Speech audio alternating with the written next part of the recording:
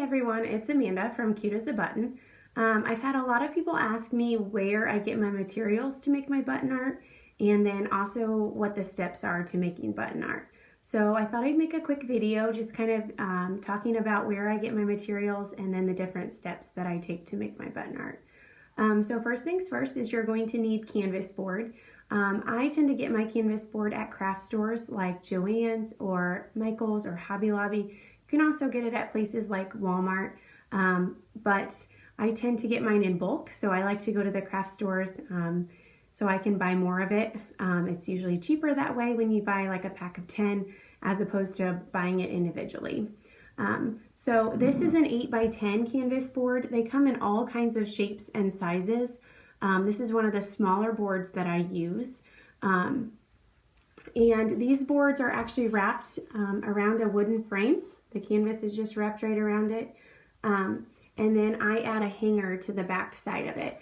Now, some button artists choose to use a flat canvas that they can later frame. I have not framed any of my pieces. I tend to make large pieces, and so these canvas boards just work best for me. But if you're looking to frame it, just make sure that you get a flat canvas instead of a wooden framed one. So once you select what size of canvas board you want, and then what shape you would like, then you need to add a hanger.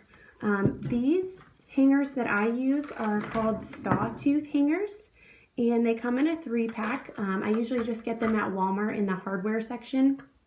And then what I do is I find the center of my board, and I'll make a little mark, and then I use a hammer to hammer this into the wood.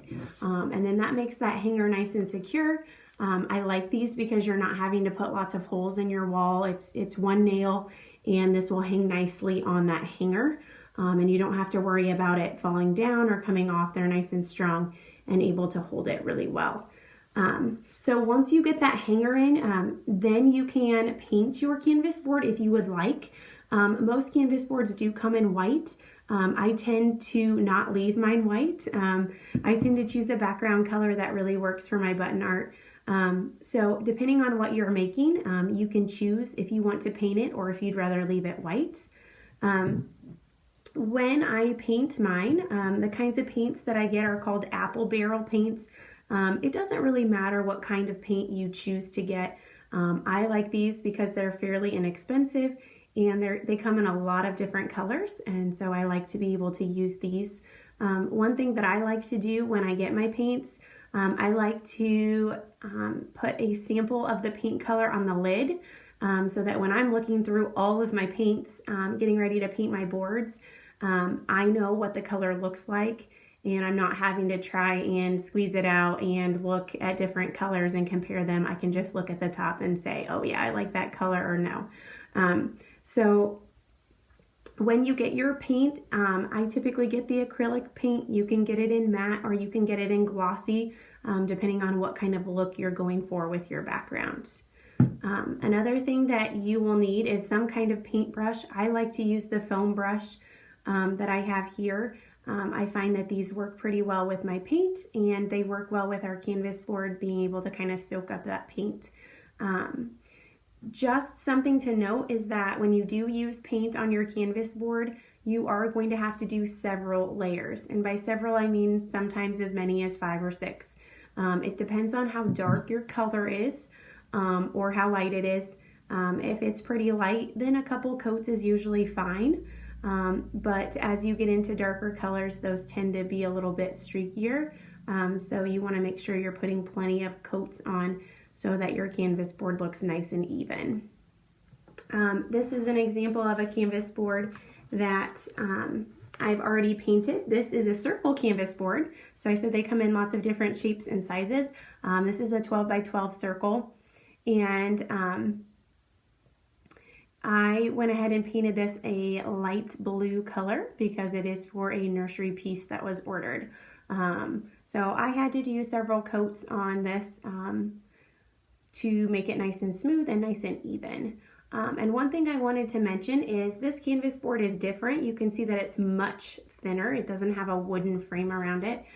So when I use canvas boards like this, I obviously cannot put a hanger on this, not the same kind of sawtooth hangers that I put on my wooden canvas boards. So what I do is I use ribbon to be able to hang these up on the wall. So I'll glue the ribbon behind the circle, and then it will come up from the back side, and that's how it will be able to hang. And you'll get to see an example of that at the end when I'm showing you a finished product. So there's several ways that you can do your design on your board. One of the ways that you can do your design is if you are a really good artist and you want to just freehand it onto your board, you can do that. If you would like to draw it out first and then cut it out and put it onto your board, that's probably a safer option, just in case if you make a mistake. It's easy to erase on paper, but not as easy to erase on your canvas. So if you want to freehand your design, you can do that. I typically use my Cricut. I didn't used to have a Cricut, but now that I have one now, it's made life so much easier to be able to make people's designs. So what I do is I put the design into Cricut Design Space, and I make it as big as I would like to make it. It's nice on Cricut Design Space that you can see the dimensions before you print it. So you kind of have a good idea of how big, how tall, how wide it's going to be. And when you know your canvas size board, that makes it really helpful to be able to adjust the size accordingly. So once I put my design into Cricut Design Space, it will then print it out for me. And it will cut it out, and then it's just easy to put it right on my board and to see if I like the way that it fits onto my board. Sometimes I need to make it a little bit bigger or a little bit smaller, and I can just go right back into Cricut Design Space and just change the settings a little bit to make it smaller or bigger. I do use scrapbook paper to be able to print my design. If you are worried about it being too flimsy and you want to use something thicker like cardstock, that is fine. That certainly makes it a little bit thicker and a little bit easier to trace. I do like to keep my templates. So once I've made something, I keep it in a folder because I tend to get orders. Once I put it away, I'll get an order again later on in the future. And it's nice to just be able to pull that design back out again and use it again. So once you have your design, you can lay it out in your board. So what I'm making is a monogram. So it's going to be actually 3 letters next to each other, and F's going to be the biggest letter, and it's going to be in the center of my piece. So using a ruler is the best way to do this to make sure that you're getting it centered really well. Whether that's an animal that you're making or whether you're doing letters like I am, you want to make sure that those letters are nice and centered in the middle of your board. So once you get it centered and laid out how you want to, then you just take a pencil and you can trace your designs. Be very careful when you're tracing. Make sure you're holding on to your template so that your pencil marks are nice and smooth, and that makes it easier to place your buttons. Make sure that when you are tracing your piece, that you're not making your pencil marks too dark. It just makes it look kind of messy when you have those pencil marks behind your buttons, and so try to use your pencil lightly when you go to trace your design. Once you get your design all traced, then it's time for the fun part where you get to add your buttons. Now, a lot of you have asked, where do you get your buttons? Where do you find all of them?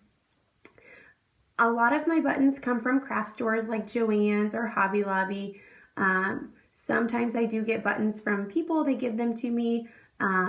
It just kind of depends, but a lot of my buttons are new buttons that come from craft stores.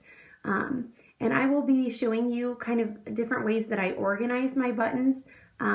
It's very important to me to be able to have all of my colors separated, to have sizes separated, so that when I go to begin on my piece and I know what color of buttons I'm using, it's very easy to just grab and get started.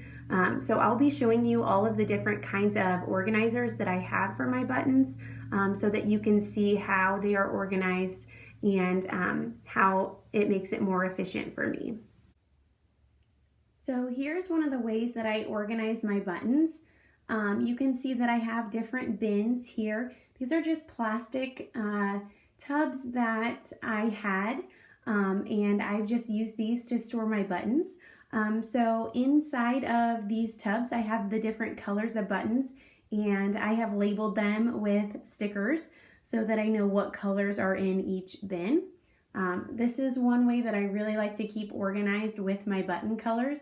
So as soon as I purchase those buttons, the first thing that I do is sort them so that they can go with their correct color. You can see I also have my Cricut here. Some of my boards are stored here. This is just a few of them, so that I have all of these materials ready for me when I'm ready to start crafting. So this is another one of my organizers. This one's not quite as full with buttons because I'm still working on sorting some of my smaller ones. But the top smaller containers are for pretty small buttons that I need to use in my pieces.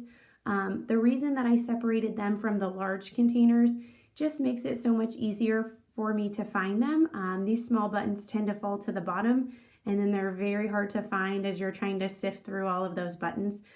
So I like to be able to have all these small ones really ready for me and easy to find. So I'll pull out one of these drawers so you can see them. So like here's some purple ones, got pink, okay. And this is just an organizer that I found on Amazon. It was fairly inexpensive, and then I just used my Cricut to label the lids of the containers, and then I was just able to sort my buttons a little bit easier. So this is another one of my storage containers that I really like. My brother got this for me a couple Christmases ago, and it comes with different containers, and it has plastic pieces that you can use to partition the different sections inside of here. So I store all of my novelty buttons inside of this, and you can see that I have them labeled. So we've got bears and birds and sea life, just different kinds of animals and things that I like to put inside of some of my button art pieces. So what I do is if I'm looking to put a bear in one of my pieces, most of these have shanks on the back of them. And so what I will do is I will take my shank remover that I got from Joann's as well, and I'll just cut off the back part of that, and that way this bear will sit nice and flat inside of my button art piece. At the top of my container, I have lots of Christmas buttons, I have Halloween buttons, so the top section is mainly just holiday buttons. So this is a storage container that came from the case that my brother got me for Christmas. This is the top container of the novelty storage buttons. This one I use for beads. And as you open this up, you can see that I have all of the beads sorted by color. This makes it very easy for me so that if there's a small gap in between my buttons, I can use these beads to kind of fill in. These beads you can get again at craft stores, Walmart, you can get them. They're just like seed beads or glass beads that you can purchase. And then I also have a container, these are much smaller. I also use these for really tiny areas that need to be filled in. I use these as well. And then lastly, this is another item that I bought off of Amazon. I love this because I'm able to spin it. And it stores my buttons really well, and I can see them very easily. So these are just single containers that can come off of the spinning tray with a lid on top. I let this sit on my desk. These are more buttons that I don't necessarily use as often, but I like to keep them in here. I do black and white pieces, and so I love all of these fun black and white pieces that I use for cows and chickens. So I like to store these separately in this container so that they are easy to get to. So here's an example of a piece that is partially done. I know this is a Christmas piece, but I like this piece that you can see that I've traced the letters, my board is painted, and that I've started on the J, and the J is complete. Obviously with this being a Christmas piece, I thought it would be fun to incorporate fun Christmas buttons. And so you can see that there are some bells in there. There's a Christmas tree, a stocking, an elf. I try and choose novelty buttons that are not going to be too distracting to the piece. So I like to choose ones that still have the same kind of color, but just add some fun to the piece. So you can see that I have my other 2 letters traced out, and those will be the next ones that I'm going to do. Now, when you go to put on your buttons, I use hot glue. You do not have to use hot glue. You could use E6000 or some other kind of craft glue. I just happen to think that hot glue works the best. It's clear and you can't see it very easily. So I like to be able to use that. Just know that when you do use hot glue, I like to be able to use tweezers to hold the button so that I am not touching that hot glue. So I use just regular tweezers like that you would use for your eyebrows. I use those tweezers to put in the holes of my buttons, and then I put hot glue on the back side and place them onto the canvas board. If any hot glue tends to kind of go outside of the button or kind of gush outside, I just take my tweezers and remove it. Another thing that's important to note, notice you really can't see my pencil lines. I like to either cover up those pencil lines with my buttons, just making sure that they go over top of the pencil marks, or I will take a stick eraser and make sure that I erase my lines before I place the button down. So I told you that I would show you one of my finished pieces. This is another nursery monogram piece, obviously for a girl. As you can see, that since this is a circle board, I talked about how you can't use the sawtooth hangers.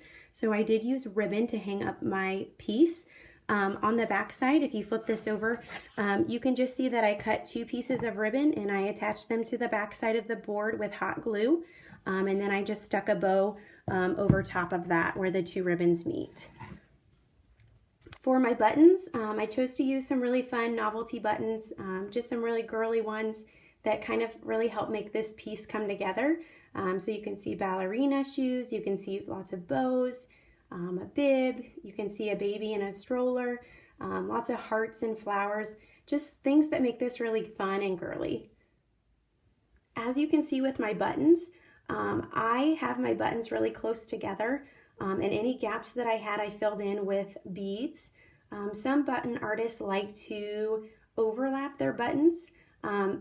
That certainly doesn't take as much time because they're able to leave big gaps and then they can just put a button on top of that gap.